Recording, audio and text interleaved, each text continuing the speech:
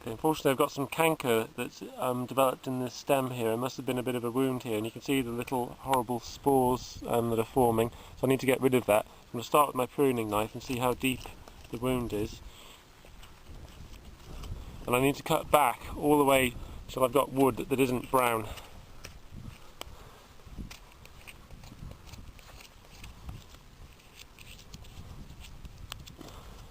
Okay, unfortunately that's gone quite deep in there, so I'm probably going to have to do some chiselling as well, because I don't really want to lose this tree because it's one of my best trees, and the apples are probably our best apples. They're like a they're a russet apple, the Ashmead's kernel, and some people regard them as the best flavoured apple of any apple. So I don't want to lose this tree. So yeah, it's gone quite deep. I like the apples of these, really tasty. So I'm cutting back to the clean wood there. You want to take out as little as possible because obviously the tree's not particularly enjoying being carved like this. If I don't do this, the tree, there's an old bit of wound there that I need to cut out too.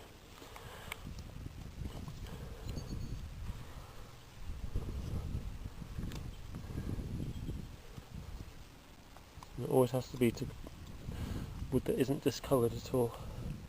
Cool.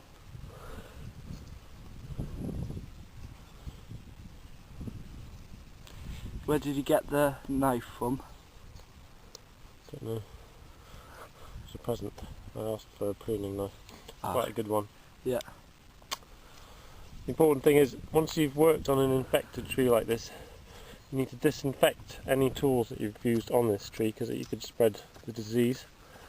So I think there's something called citrinox which works well. And apparently milk has antibacterial properties in it, and it's easier to get hold of. Looks like it's quite a deep one. It is, yeah, it's gone nearly to the heartwood, so not great.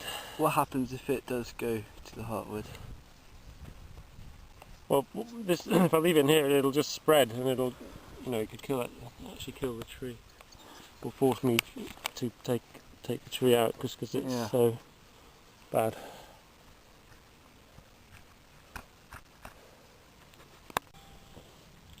Okay, so I've done a fair bit with the pruning knife. I actually want to try chiselling back to get rid of this discoloured wood, see if I can get back to cleaner wood. You see, I've put a sheet down here. That's not done because I want creature comforts and want to keep my knees dry, although it helps a little bit. All this infected material I want to get rid of. I've got a fire burning down there. I can chuck this straight on there. I don't want to leave this in the orchard because this is how fungus can actually spread if we don't get rid of all diseased material. That includes all the prunings. So the fire I've got down there is actually burning this year's prunings as well. Again, I'm taking a little bit out at a time because I don't want to go deeper than I have to.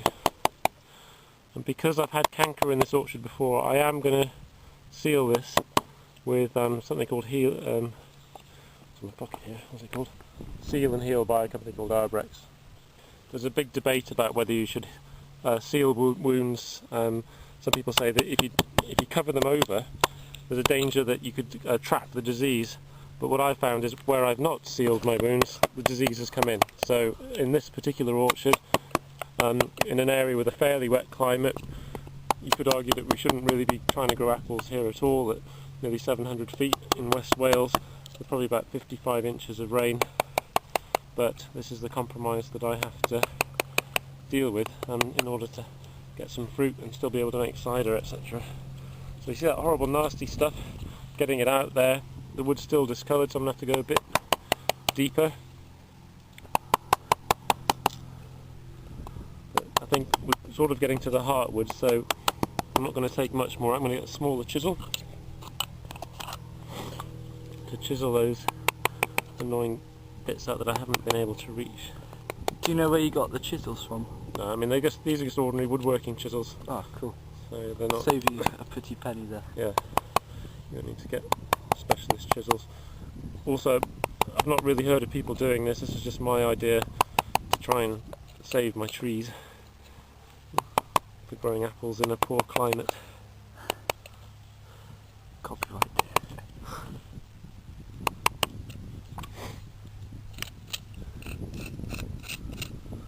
Okay, there's some discoloured bits still there.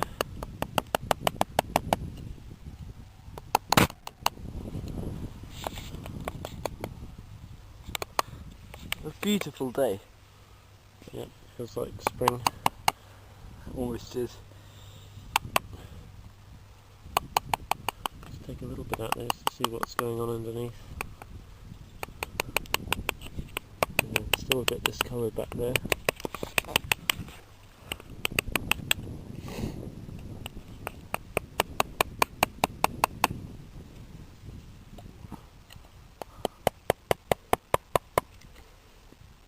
Notice luckily we've not been attacked by our bees because they're enjoying this early spring weather as well, and they don't seem too bothered by me banging right in front of their hive. No. Also, I think they're tending to fly over the tree here, which means that we're not interfering with their flight path. Otherwise I wouldn't normally advocate sitting in front of a beehive. They don't really like it when you block their route in. As we had a very mild winter, all the hives have survived. Like last year. Right. It's horrible.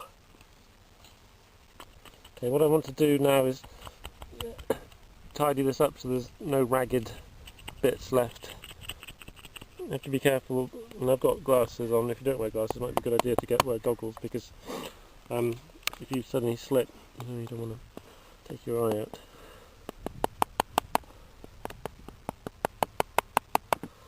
Getting rid of the last of the nasty bit. Okay, just going to try and tidy that up a bit.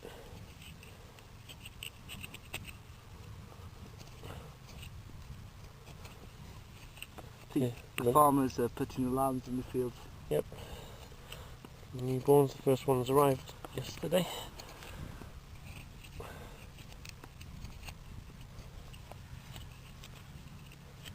So not too much left to do. Have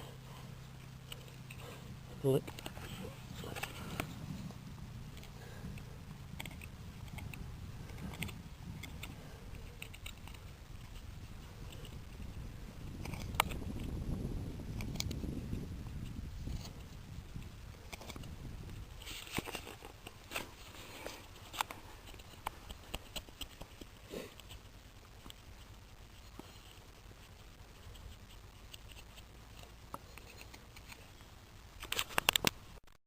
So I've now cleaned it up as best as I can. I'm now going to use this Arbrex seal compound. It says help seal pruning wounds and prevent infection.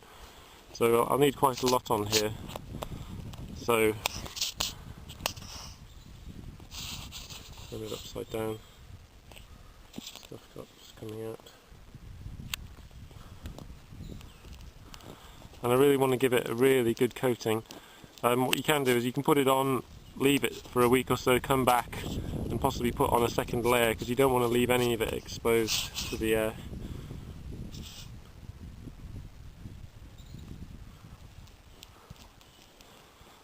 So covering all the bits that I've disturbed with a nice generous coating, and trying to do it in such a way that the water is going to run out from here. You don't want to leave like a little puddle for things to collect. All it wants to be nice and self-draining. Okay, so I think as a first go, that's pretty good. I'll probably come and have another look at this next week and see how it's, whether it's actually covered it properly. We'll just have a quick look at one we did earlier.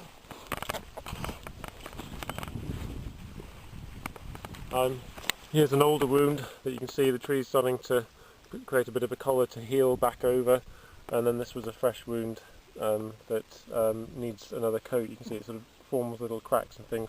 So again, I'm just going to put a little bit more of this on, because I don't want, see there's a little area under there where nasties could get in.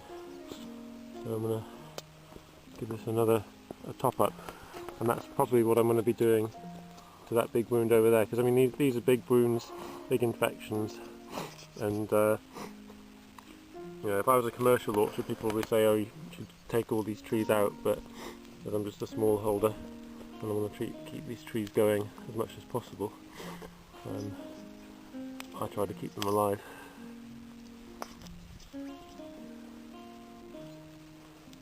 I need a big squirt to get the... some at the top there. So put it in there and then smear it down. It's a bit awkward because there's that little bit sticking out. Yeah. So I've now applied the second coat. Again, I want it free draining, so I've just tried to fill in that little area there so the water comes out. We've filled in those bits where it had slid down when it was drying, and that's it. Hopefully the tree will survive. Okay, and one of the reasons why I've been using the Arbrex, just to give you a demonstration, one of the trees from a cut, quite a major cut last year, so I've been trying to reshape them to get them into a nice goblet shape. The idea is you can throw your hat through them, or a pigeon should be able to fly through. I think a pigeon could just about be able to fly through that tree. Yeah. My glove fits through the middle. See this? Canker. And you see that there's actually the little fruiting bodies on there. So what I've done is I've chopped that bit off and I've sealed all the pruning cuts because I've got canker here in these poor growing conditions. I've had to do this. Okay, hope that was informative. Thanks very much. Bye.